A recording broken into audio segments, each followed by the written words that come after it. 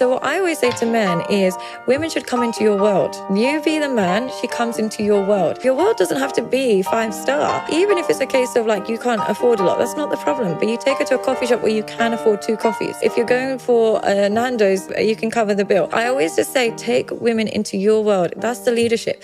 You're coming into my world now. So do where I would normally go to eat. You're coming where I normally go to eat, where I normally spend my day. If you're going out of your way and you're doing something you wouldn't normally do, you're not compatible. But if you're taking her and doing something that you would normally do, well, even if that's KFC, if that's a shisha or whatever it is, she's coming and seeing into your world. Now, if she fits, perfect. If she doesn't fit, no worries. Take her into your world. That's what I always say. You hold her hand and you take her into your world. That's my advice if you want to be the leader in the connection. Guys, welcome back to another YouTube video. My name is IK. If you're new, welcome to the channel. This particular conversation, this is by Sadia, I'm not even sure. Sadia Psychology. She is actually pretty experienced in the dating niche, and you know what she speaks about, the psychology of the kind of things she talks about, pretty interesting. She's in this clip talking about the man's word versus the woman's word and compatibility in those words. I'm going to establish one thing for you. The woman must come into your word. Like she said, your word doesn't have to be 5-star. Your word doesn't have to have it together yet. Yes.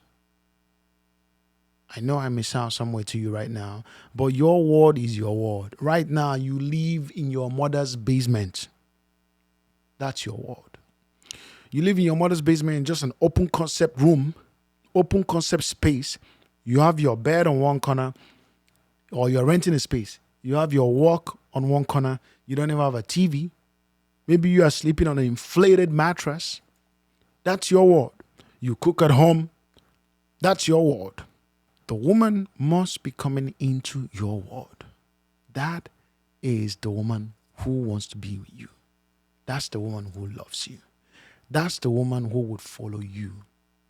My brother, when you go into her world, or when you try to create all this equality stuff where you say, oh, our words mix and blend together. I'm not saying like abandon everything that has to do with people, our friends, our family, all that stuff. No. But a woman who puts you here as the priority, I go with him.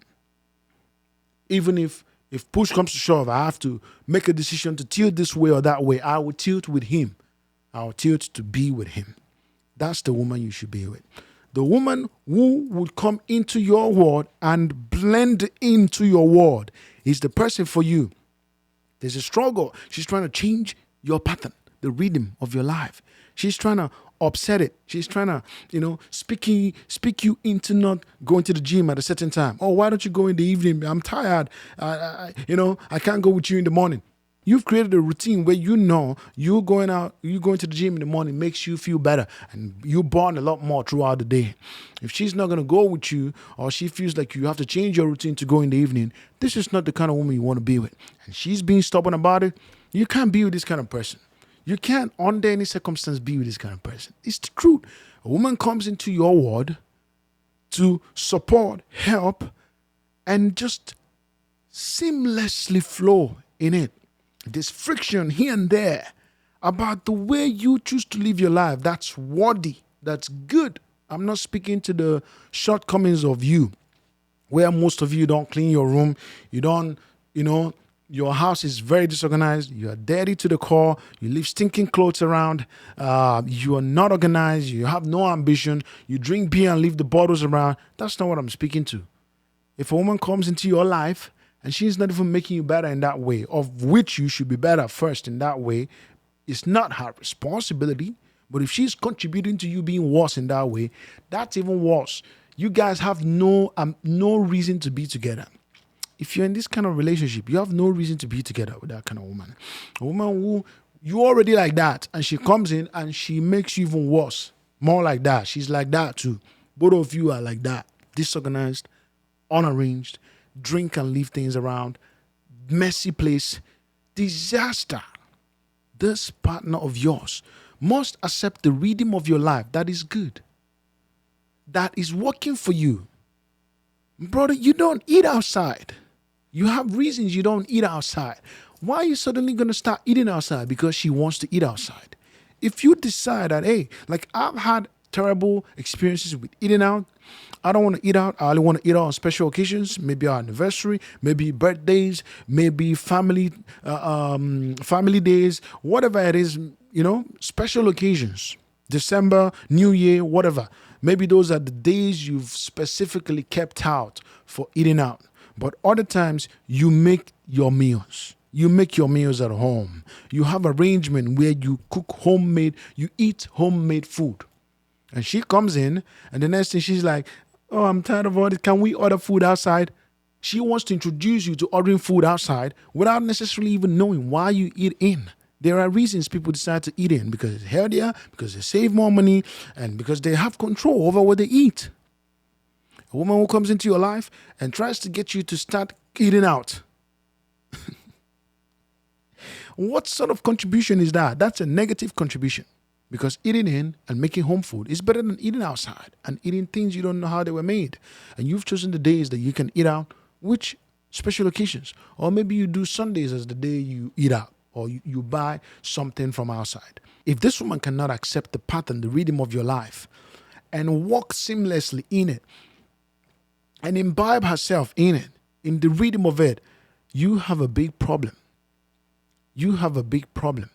If she's meeting you with friction on it, there's a big problem. If you are with this kind of individual, then you're not going to be progressive with her. You would only begin to slack and feel like you're losing your own identity, your own personality, your own choices. You are going to compromise at some point, but don't compromise on the things you know are good for you, healthy for you. Healthy for you. Standards that you've set for yourself. She should meet you there and not you lowering it. She should meet you there. A woman should come into your world, my brother, and you vet that process where she's in your world. You would know when this person is struggling in your world, when they're not flowing with you, when it's not working. You will know. Don't lie to yourself. Don't pretend about it. You know, it may take some people time to adapt, to change, to be that person. But a woman must come into your life and accept the rhythm of your life. That is good. That is good. That's the condition I put there. If you have these unhealthy patterns that are not good for you, then that woman shouldn't even be with you. She shouldn't be in your life. She should be with somebody else who is getting their life figured out. That's why you need to get yourself figured out. That's why you need to get a lot of things about your life figured out. Because how are you going to lead a woman? How are you going to actually get her to follow you when you don't have things organized, when you don't have things together? If you don't have it together to an extent, not 100%, to an extent, then she can come in with her own advice, subtlety, compromise, and all that stuff. And that could literally make you lose your guard. This is not about power struggle. This is about setting the dynamics of a relationship, a healthy relationship. A healthy relationship means that a woman actually comes into the life of the man. Yes, your lives cross path, but she is the one who comes into your life and joins the flow and the rhythm of it. That's why you need to get that life figured out. That's why you need to get things organized so that she can actually feel like she's here to help you. She's here to support you. She's here to encourage you and still fulfill destiny together, both of you. You can't be the one who has no identity, no personality, nothing to you, and then you be the one who ends up jumping into her world because you have nothing going on for you.